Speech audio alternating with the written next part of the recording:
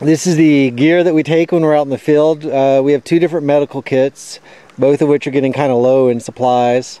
Spare gas, water, coffee, conductivity meters. Then up front, we got to come along to haul ourselves out, rope to tow ourselves, extra warm weather gear. And then our strap down. Here's some of our supplies, our cameras. And this is our double carbon chain of custody form, where we write down the sample number and everything before we ship it out, and our cooler filled with ice. Number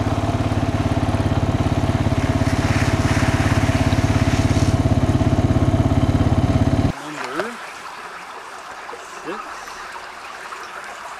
24.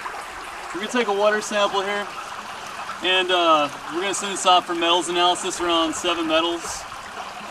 And so basically anything in the water that's conducting electricity or that they can test for the gas chromatograph or a mass spec, it'll pick up in this water. So it's pretty simple. All you do is you pick up downstream, make sure your container, you just wash it 3 times, including the lid. And make sure you dump it out downstream where you're testing at. So any contaminants that are potentially in this bottle can be washed out.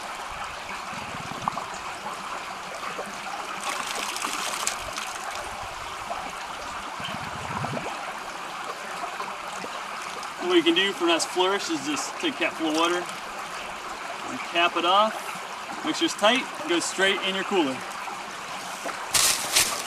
I am a volunteer with United Mountain Defense, a non-profit environmental organization dedicated to ending mountaintop removal that is based out of Knoxville, Tennessee. And right now we're working off a grant that has been provided by very generous funders that's allowing us to go out in the field and sample these streams.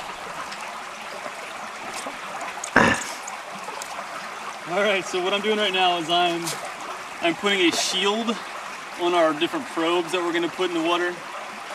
And the shield's very important. Protects it from rocks, debris, sticks, and user error.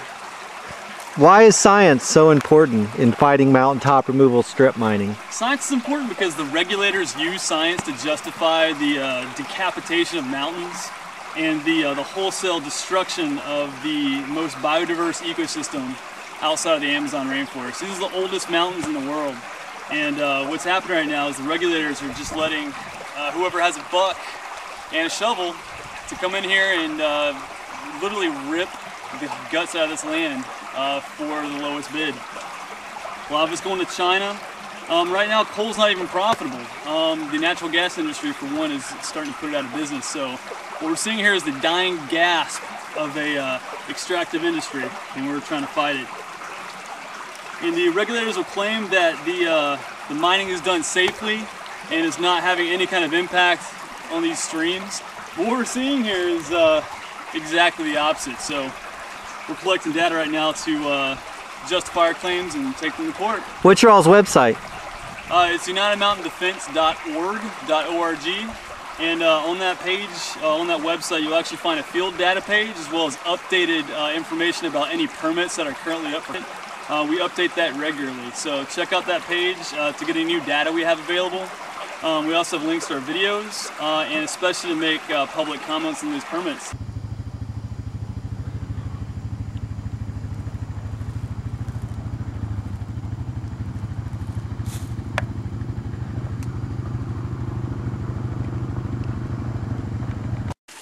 Current location.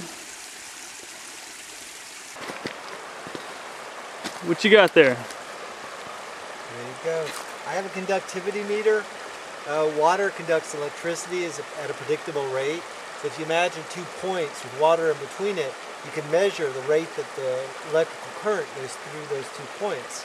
But metals, and salt for that matter, affects that rate. So it's a real simple, easy way of telling if you have metal contamination like selenium, mercury, manganese in a stream. Here is the GPS location.